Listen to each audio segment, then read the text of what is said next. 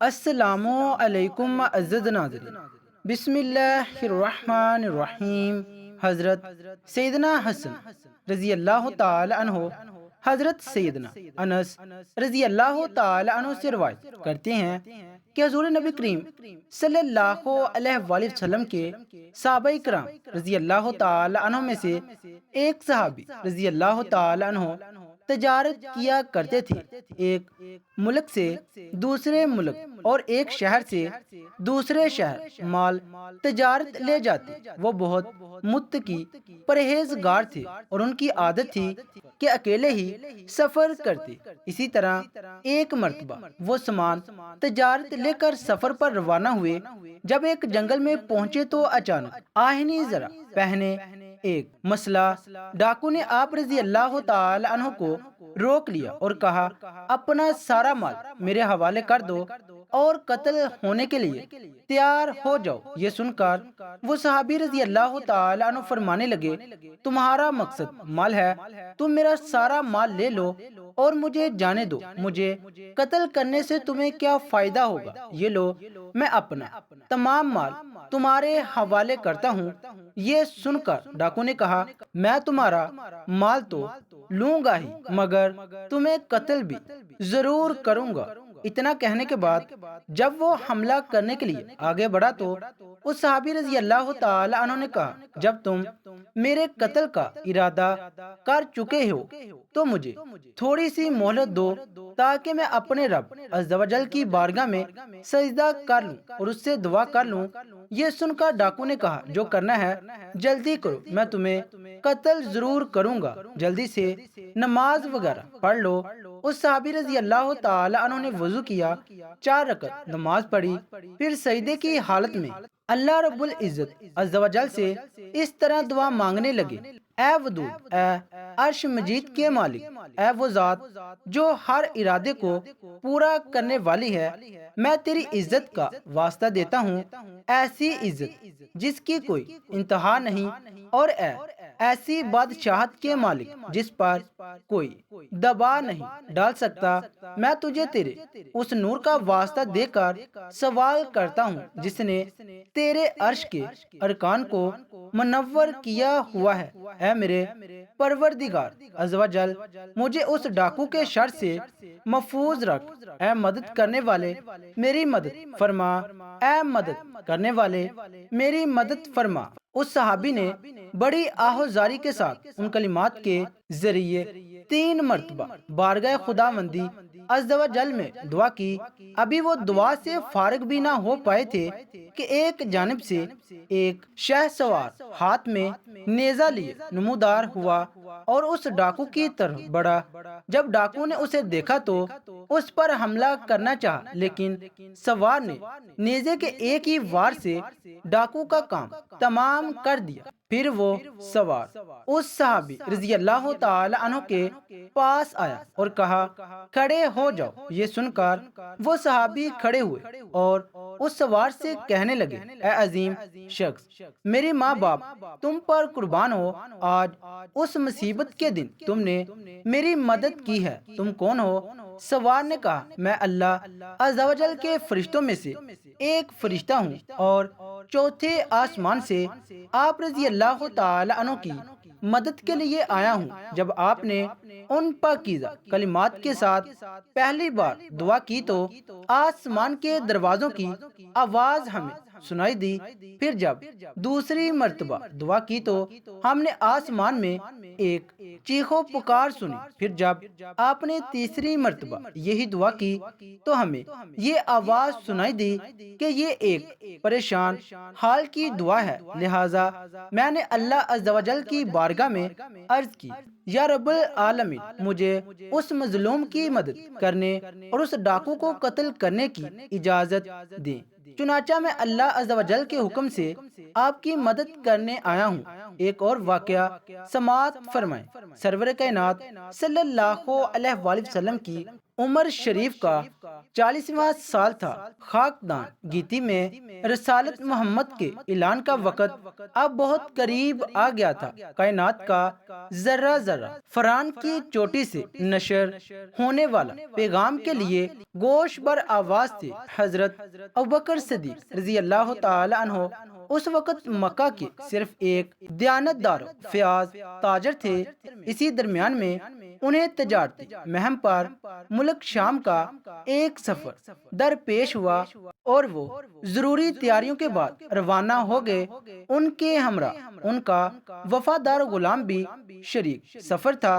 راستہ طے ہوتا رہا، منزل بدلتی رہی۔ ہفتوں چلتے چلتے اب ملک شام کی سرحد شروع ہو گئی۔ عربی سوداگر کا مختصر سا قافلہ اب ملک شام کی حدود میں داخل ہو چکا تھا۔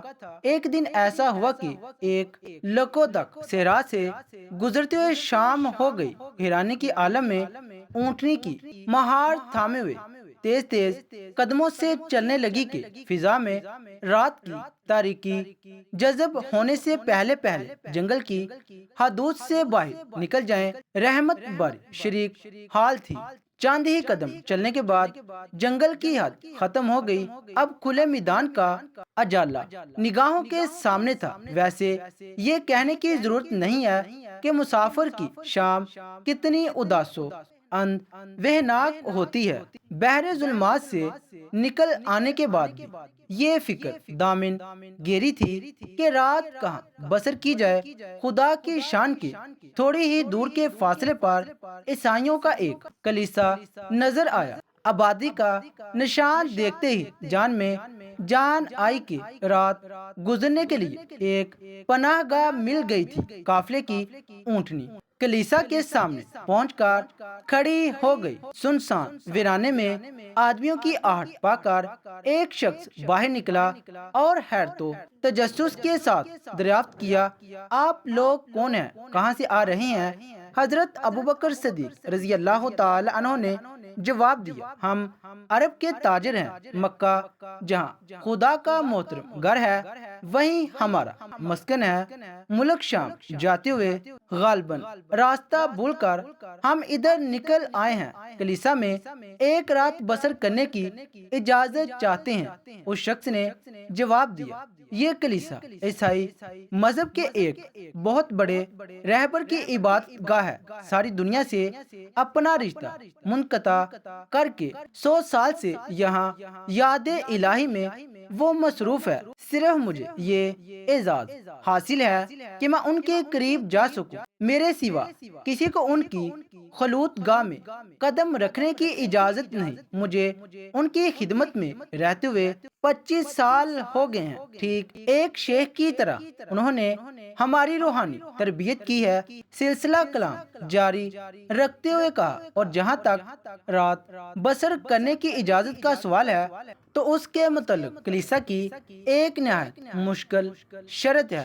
وہ یہ ہے کہ یہاں رات وہی بسر کر سکتا ہے جس کے دم زندگی پر گناہوں کی علائش کا کوئی دبا نہ ہو۔ اس کی گفتگو تمام ہو جانے کے بعد حضرت ابوبکر صدیق رضی اللہ تعالی عنہ نے ارشاد فرمایا، لیکن تمہارے شیخ کے پاس کسی کی اندرونی حالت جاننے کا کیا ذریعہ ہے، کیونکہ کسی بدکار کی پیشانی پر اس کی مجرمانہ زندگی کی فرصت کندہ نہیں ہوتی۔ ایسی حالت میں کلیسا کی اس شرط سے نیکوکار مسافروں کی حق تلفی کا امکان بہت زیادہ بڑھ جائے گا۔ اس لیے بہتر ہے کہ اس شرط کو منسوخ کر دو، پھر وہ ذریعہ بتاؤ جس کے بل پر بدکار نیکوکار کے درمیان خطا امتیاز کھینچا جا سکے۔ ہزار حسن زن کے باوجود ایک معقول سوال کی زد سے وہ اپنے آپ کو محفوظ نہیں رکھ سکا۔ چند ہی جملوں میں ذہنوں کی بنیاد ہل گئی۔ بے بسی کی کشمکش میں اس نے جواب دیا، میں صرف اتنا کہہ سکتا ہوں کہ جب ایک بدکار انسان کے کردار کی نحوست شیخ کے تئیں محسوس ہو سکتی ہے تو کوئی وجہ نہیں ہے کہ ایک نیکوکار کی روحانی لطافت کے جانچنے کا ان کے پاس کوئی ذریعہ نہ ہو۔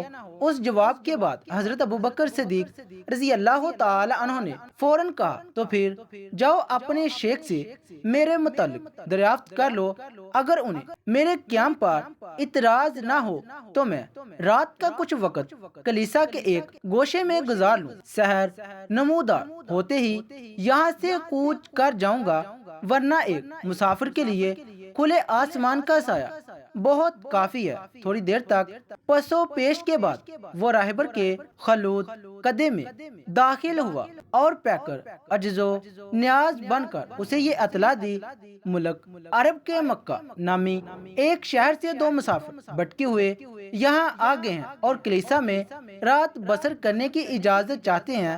ظاہری وجوہات کے لحاظ سے ان میں ایک آقا معلوم پڑتا ہے، جبکہ دوسرے کے چہرے سے ایک وفادار غلام کی علامتیں نمایاں ہیں۔ راہبر نے تھوڑی دیر خاموش رہنے کے بعد دریافت کیا، کیا وہی مکہ جو پہاڑیوں کے جرمٹ میں آباد ہے اور جہاں قدم قدم پر کھجوروں کے جھنڈے نظر آتے ہیں؟ خادم نے جواب دیا، میں نے یہ تفصیل نہیں معلوم کی ہے، اگر اجازت ہو تو دوبارہ جا کر دریافت کرو۔ راہبر نے کہا، ضرور دریافت کرو، اور جسے تم آقا کہہ رہے ہو اس کا نام بھی معلوم کرتے آؤ۔ خادم نے یہ تفصیلات معلوم کی اور رہبر کے سامنے حاضر ہو کر اطلاع دی کہ مکہ کے بارے میں جو باتیں آپ نے دریافت کی ہیں وہ صحیح ہیں، اور وہ اپنا نام ابوبکر بتاتا ہے۔ ابوبکر کا نام سن کر راہبر کی پیشانی پر کچھ لکیریں ابھر آئیں، جیسے حافظے پر زور دے کر وہ کوئی بات سوچنے لگا۔ تھوڑی دیر تک محوید خیال کی یہی کیفیت رہی، اس کے بعد اچانک کھڑا ہو گیا اور ایک مقفل صندوق میں سے بوسیدہ کاغذات نکالے اور مزدر بانہ کیفیت میں اسے الٹنے پلٹنے لگا۔ ورقہ الٹتے پلٹے ایک صفحے پر نظر جم گئی اور اچانک چہرے کے اتار چڑھاؤ سے ایسا محسوس ہوا جیسے کسی گم شدہ حقیقت کا سراغ مل گیا ہو۔ فوراً ہی بے تابی کے ساتھ وفادار خادم کو آواز دی اور کہا، مکہ کے اس سوداگر سے اتنی بات اور دریافت کر لو کہ اس کے باپ کا کیا نام ہے۔ خادم نے پھر آ کر حضرت ابوبکر صدیق رضی اللہ تعالی عنہ سے والد کا نام دریافت کیا اور واپس لوٹ کر جیسے ہی راہبر کو اس نے اس نام کی اطلاع دی، اس کی آنکھیں حیرت و انبساط کی ملی جلی کیفیت سے چمک اٹھی۔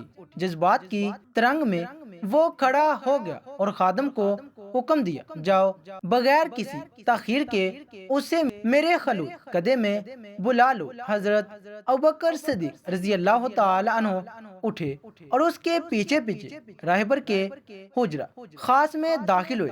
کئی سو برس کا بوڑھا راہبر جس بنوی سفید ہو کر لٹک گئی تھی اور ہڈیوں کے ڈانچے کے سوا سر سے پا تک جسم انسانی کا کہیں کوئی گداز نظر نہیں آ رہا تھا، خیر مقدم کے لیے کھڑا تھا۔ حجرے میں قدم رکھتے ہی ایک مدم سی آواز کان میں آئی، اگر تم وہی ہو جس کی چند نشانی میرے پاس محفوظ ہیں تو آج تمہارے دیدار کا شرف حاصل کر کے میں ہمیشہ اپنی خوش نصیبی پر فخر کروں گا۔ یہ کہتے ہوئے راہبر نے آپ رضی اللہ تعالی عنہ کو سر سے پا تک ایک بار سارے جسم کا جائزہ لیا، کبھی کتاب کے بوسیدہ ورقے پر انگلی رکھتا، کبھی چہرے کے خد و خال کا مطالعہ کرتا، نوشتہ کتاب اور صحیفہ رخ کا کافی دیر تک تقابل کرنے کے بعد ایک مرتبہ عالم بے خودی میں آواز دی،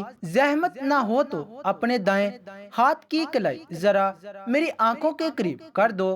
کلائی پر تجسس کی نگاہ ڈالتے ہی اس کے جذبات قابو سے باہر ہو گئے۔ لرزتے ہوئے کہا، اجازت دو کہ میں تمہیں امیر المومنین ابوبکر صدیق کہہ کر پکاروں۔ تحیر امیز لہجے میں حضرت ابوبکر صدیق رضی اللہ تعالی عنہ نے فرمایا، سمجھ میں بات نہیں آئی کہ صرف ایک رات بسر کرنے کے سوال پر کتنا بکھیڑا پلا دیا ہے تم نے۔ کبھی ہم سے مکہ کا جغرافیہ پوچھتے ہو، کبھی میرا اور میرے باپ کا نام دریافت کرتے ہو، کبھی کئی سو برس کا پرانا کاغذ لے کر میرے چہرے اور جسم کے نشانات کا جائزہ لیتے ہو، اور اب تم نے مجھے ایسے نام سے معصوم کرنے کی اجازت چاہی ہے جس نام سے میرے باپ نے معصوم ہی نہیں کیا تھا۔ درماندہ انسانوں کے ساتھ اس طرح کا مذاق ایک تارک الدانی راہب کو ہرگز زیب نہیں دیتا۔ یہ کہہ کر حضرت ابوبکر صدیق رضی اللہ تعالی عنہ واپس ہی لوٹنا چاہتے تھے کہ رہبر نے ان کا ہاتھ تھام لیا۔ آسمانی بشارت سن کر آزردہ خاطر ہو گئے۔ روئے زمین کی ایک محترم ہستی سے میں کبھی مذاق نہیں کر سکتا۔ تمہارے مقدر کے جو نوشتے میرے پاس محفوظ ہیں، میں نے انہیں صرف پڑھ کر سنایا ہے۔ آج میری باتوں کا شاید تم یقین نہ کر سکو، لیکن سن لو کہ مکہ کے افق سے رسالت کا وہ خورشید انور بہت جلد طلوع ہونے والا ہے جس کے جلوے میں ایک روشن سیارے کی طرح تم قیامت تک درخشاں رہو گے۔ آسمانی صحائف میں آخری پیغمبر کے جلوہ گر ہونے کی جو نشانیاں بتائی گئی ہیں، انہی کے ذیل میں تمہاری فضیلت و تقرب کی جو نشاندہی کی گئی ہے، اس کی واضح علامتیں میں تمہاری شخصیت کے آئینے میں پڑھ رہا ہوں۔ ایک ہنگامہ خیز تحریر کے ہجوم میں حضرت ابوبکر صدیق رضی اللہ تعالی عنہ کلیسا کے ایک حجرے میں آ کر لیٹ گئے۔ ساری رات راہبر کی گفتگو بزم خیال میں گردش کرتی رہی، ذہن میں طرح طرح کے تصورات کا طوفان امنڈتا رہا۔ ایک لمحے کے لیے بھی انہیں نیند نہیں آئی۔ صبح کو جب رخصت ہونے لگے تو راہب کی الوداعی ملاقات کا منظر بڑا ہی دردناک تھا۔ اشک بار آنکھوں سے پیشانی کا بوسہ لیتے ہوئے بوڑھے راہبر کا یہ جملہ مکہ کی واپسی تک ان کے حافظے پر نقش رہا: تمہاری زندگی میں فیضان الہی کی جب وہ سحر طلوع ہو تو مجھے بھی فروز بخت دعاؤں میں یاد رکھنا۔ کئی مہینے کے بعد آج حضرت ابوبکر صدیق رضی اللہ تعالی عنہ اپنی تجارتی مہم سے مکہ کو واپس لوٹ رہے تھے۔ چلتے چلتے اب صرف ایک منزل کی مسافت رہ گئی تھی۔ کھجوروں کے جنڈے سے گزرتے ہوئے رہبر کے سوالات حافظے کی سطح پر ابھرنے لگے۔ القریٰ کی پہاڑیوں پر نظر پڑتے ہی ایک معنوی کیفیت سے دل کا عالم زیر و زبر ہونے لگا۔ فطرت الہی کی کوشش سے اونٹنی کی رفتار تیز ہو گئی۔ مکہ کی آبادی میں داخل ہوتے ہی کہیں سے ابو جہل نے دیکھ لیا، جس نے فوراً یہ خبر سنائی: شاید تمہیں معلوم نہیں ہوگا کہ تمہارے جانے کے بعد یہاں کیا گل کھلا ہے۔ حضرت ابوبکر صدیق رضی اللہ تعالی عنہ نے جواب دیا: کوئی اہم واقعہ رونما ہوا ہے تو سناؤ۔ ابو جہل نے طنز کرتے ہوئے کہا: عبداللہ کے بیٹے محمد صلی اللہ علیہ وآلہ وسلم کے متعلق تم بھی جانتے ہو کہ اپنے قبیلے میں وہ کتنا معزز اور ہر دل عزیز تھا۔ وہ کہتا ہے کہ میں خدا کا آخری پیغمبر ہوں۔ میرے پاس ایک فرشتہ آسمان سے وحی لے کر اترا ہے۔ اب وہ اپنے آبا و اجداد کے خداؤں کی مذمت پر اتر آیا ہے۔ لات و حبل کے سنگ آستہ سے باغی بنا کر وہ لوگوں کو ایک خدا کی پرستش کی دعوت دے رہا ہے۔ اس اقدام پر سارے مکہ میں غیظ و غضب کی آگ بھڑک اٹھی ہے۔ قوم میں تمہاری ذہانت سنجیدگی ضرب المثال ہے۔ عام طور پر تمہاری بات کا بہت زیادہ وزن محسوس کیا جاتا ہے۔ ہمیں امید ہے کہ اس فتنے کی سر کو بھی تم اپنی بہترین صلاحیتوں کا مظاہرہ کر کے اپنی قوم کو شکر گزار بنائیں گے۔ ابو جہل کی گفتگو سن کر حضرت ابوبکر صدیق رضی اللہ تعالی عنہ کی نگاہوں کے سامنے ایک نئی زندگی کا مستقبل چمکنے لگا۔ راہبر کی پیشن گوئی بظاہر حقیقت کے سانچے میں ڈلتی ہوئی محسوس ہونے لگی۔ جذبات کے تلاطم پر قابو پاتے ہوئے انہوں نے جواب دیا: ابھی تو میں ایک طویل سفر سے واپس لوٹ رہا ہوں۔ چہرے کی گر تک صاف نہیں کر سکا ہوں، بطور خود حالات و واقعات کا جائزہ لینے کے بعد ہی کوئی رائے قائم کر سکوں گا۔ ابھی سر راجلت میں کیا کہہ سکتا ہوں۔ ابو جہل سے پیچھا چھڑا کر سیدھا اپنے گھر تشریف لائے۔ غلبہ شوق اور جذب طلب نے اتنی بھی مہلت نہیں لینے دی کہ سامان اتار کر گھر میں قدم رکھتے اس مسافرانہ سج دج میں بنو ہاشم کے قبیلے کی طرف نکل پڑے۔ سیدھا ابو طالب کے گھر پہنچے اور سرکار اقدس صلی اللہ علیہ وآلہ وسلم کی بابت دریافت کیا۔ معلوم ہوا کہ وہ کوہ ابو قبیس کی طرف تشریف لے گئے ہیں۔ ایک نامعلوم وار فتگی شوق کے عالم میں جیسے ہی وہ کوہ ابو قبیس کے قریب پہنچے، دیکھا کہ دامن کوہ میں سرکار صلی اللہ علیہ وآلہ وسلم ایک چٹان پر تشریف فرما ہے۔ عارضی تاباں سے رحمت و نور کا آبشار پھوٹ رہا ہے۔ قدموں کی آہٹ پاتے ہی رخ اٹھا کر دیکھا اور مسکراتے ہوئے ارشاد فرمایا، مبارک ہو تمہارا آنا، مبارک ہو۔ خیر مقدم کا اندازہ بتا رہا تھا کہ وہ یوں ہی نہیں بیٹھے تھے، کسی نے آنے والے کا انتظار تھا انہیں۔ اعلان نبوت کے بعد حضرت ابوبکر صدیق رضی اللہ تعالی عنہ کی یہ پہلی ملاقات تھی۔ مسرتوں کے انوار سے حضور صلی اللہ علیہ وآلہ وسلم کا چہرہ جگمگا رہا تھا۔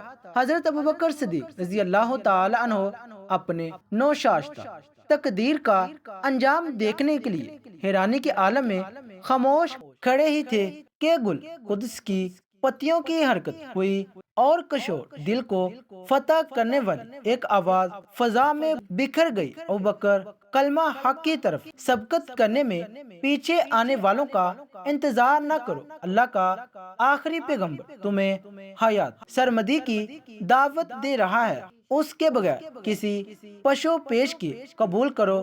حضرت ابوبکر صدیق رضی اللہ تعالی عنہ نے سر جھکائے ہوئے جواب دیا، اللہ کے رسولوں کے متعلق میں نے سنا ہے کہ جب وہ دنیا میں مبعوث ہوتے ہیں تو منصوب رسالت کی تصدیق کے لیے اپنے ہمراہ کچھ نشانیاں لے کر آتے ہیں۔ میں بھی اپنے تعین اطمینان قلب کے لیے کسی نشانی کا امیدوار ہوں۔ سرکار رسالت صلی اللہ علیہ وآلہ وسلم نے حضرت ابوبکر صدیق رضی اللہ تعالی عنہ کی طرف دیکھ کر فرمایا، نشانیوں سے گزرنے کے بعد بھی تمہیں اب تک نشانی کی احتیاط باقی رہ گئی ہے۔ کلیسا کی اس سنسان رات کو ابھی زیادہ دن نہیں گزرے ہیں۔ میری رسالت کی تصدیق کے لیے کیا آسمان صحائف کے وہ نوشتے کافی نہیں ہیں جنہیں رات کی تنہائی میں اس بوڑھے راہبر نے تمہیں پڑھ کر سنائے تھے؟ پھر تمہاری روح کا وہ اضطراب مسلسل جس نے تمہاری آنکھوں کی نیند اڑا دی ہے اور جو تمہیں غبار آلودہ چہرے کے ساتھ کشاں کشاں کھینچ کر یہاں لائی ہے، کیا میری رسالت کے اقرار کے بغیر بھی اس کی تسکین کا اور کوئی سامان ہو سکتا ہے؟ حضرت ابوبکر صدیق رضی اللہ تعالیٰ عنہ یہ سن کر پکار اٹھے، صدقتا یا رسول اللہ، سچ فرمایا اے اللہ کے رسول صلی اللہ علیہ وآلہ وسلم، آپ نے، میں گواہی دیتا ہوں کہ اللہ کے سوا کوئی معبود نہیں اور آپ اللہ کے سچے رسول ہیں۔ نبی کریم صلی اللہ علیہ وآلہ وسلم پر ایمان لانے والے سیدنا ابوبکر صدیق رضی اللہ تعالی عنہ سب سے پہلے انسان ہے۔ ظاہری اعلان نبوت سے پہلے ہی رسول اللہ صلی اللہ علیہ وآلہ وسلم صداقت اور امین کے لقب سے مشہور تھے۔ آپ کی سچائی پر اعتبار کرنے پر اور ایمان لانے پر حضرت ابوبکر صدیق رضی اللہ تعالی عنہ کو صدیق کا لقب ملا۔